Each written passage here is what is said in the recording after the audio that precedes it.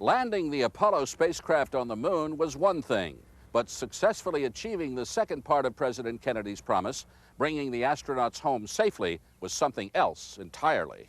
There was an underlying concern on the part of everybody involved in the next major step, which was getting them home safely, getting them off the moon. The rockets again had to work now in reverse to explode them off the surface of the moon and back to the rendezvous, which had to be made with the circling Apollo.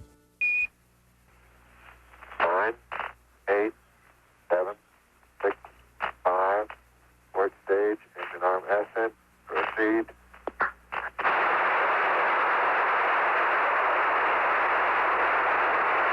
Beautiful. 26, 36 feet per second up. 5 for the pitch over. Very smooth.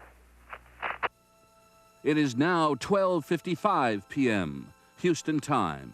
Eagle's ascent engine fires. The sighs of relief are almost loud enough to be heard over the 250,000 miles between the Earth and the moon. Eagle Houston, 1 minute, you're looking good. Roger. Next is the rendezvous. NASA engineers have long considered this the greatest unknown of the entire mission. The one that I mistrusted the most was the rendezvous part. That was the thing that was on my mind primarily, was bringing these two vehicles, bringing this ungainly-looking critter back up from the surface of the moon successfully. The two spacecraft move closer and closer to one another. Finally, the latches engage, and the two spacecraft lock into place. The astronauts jettison the LEM and fire what Collins calls the take me home burn. Hello, Apollo 11, Houston, how did it go, over? Open up the LRL doors, Charlie. Roger, we got you coming home. It's well stocked. Velocity 33,000 feet per second. 35,000 feet per second now. Apollo 11 is getting closer and closer to home. Shortly past noon, the spaceship crosses an imaginary line and enters the Earth's sphere of influence. Apollo 11, Houston, with a little recovery force information, over. The recovery ship, the carrier USS Hornet, is picking up thunderstorms on radar. Weather conditions at the splashdown coordinates are becoming worse. Roger, the Hornet is on station, just far enough off the target point to keep from getting hit. Hornet reports a sonic boom a short time ago.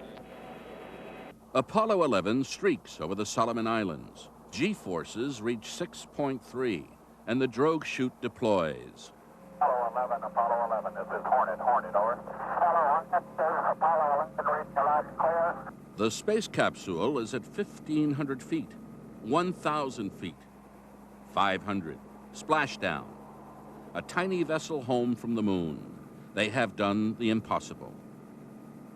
Well, the most interesting part from a recovery operation on Apollo 11 were the tremendous precautions that we had to take associated with the possibility of bringing lunar pathogens back into the Earth's atmosphere and the seas and so forth. There was a great fear.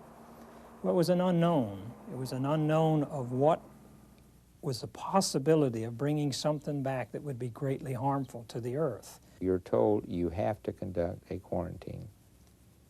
So I am now faced with medically conducting a quarantine, which means that I have to take every means possible to preclude some organism that I don't know.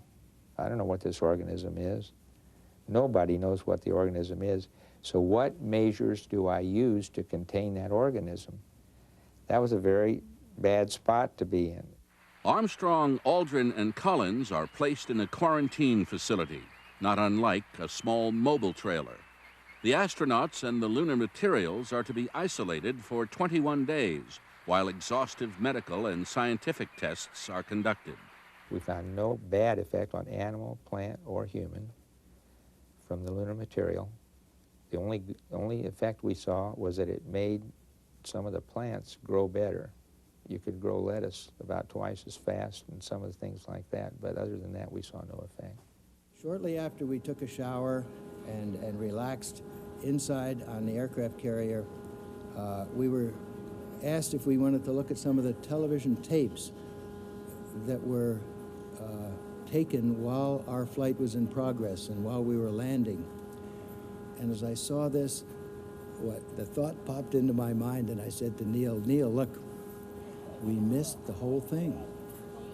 Now, you know, what I really meant by that was that what was happening was not up there where we were, it was happening back here.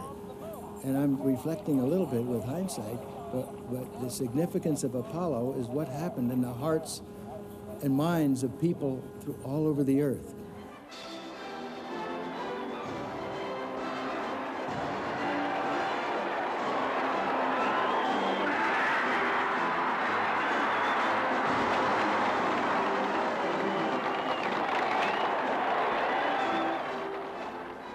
The Apollo 11 mission was over.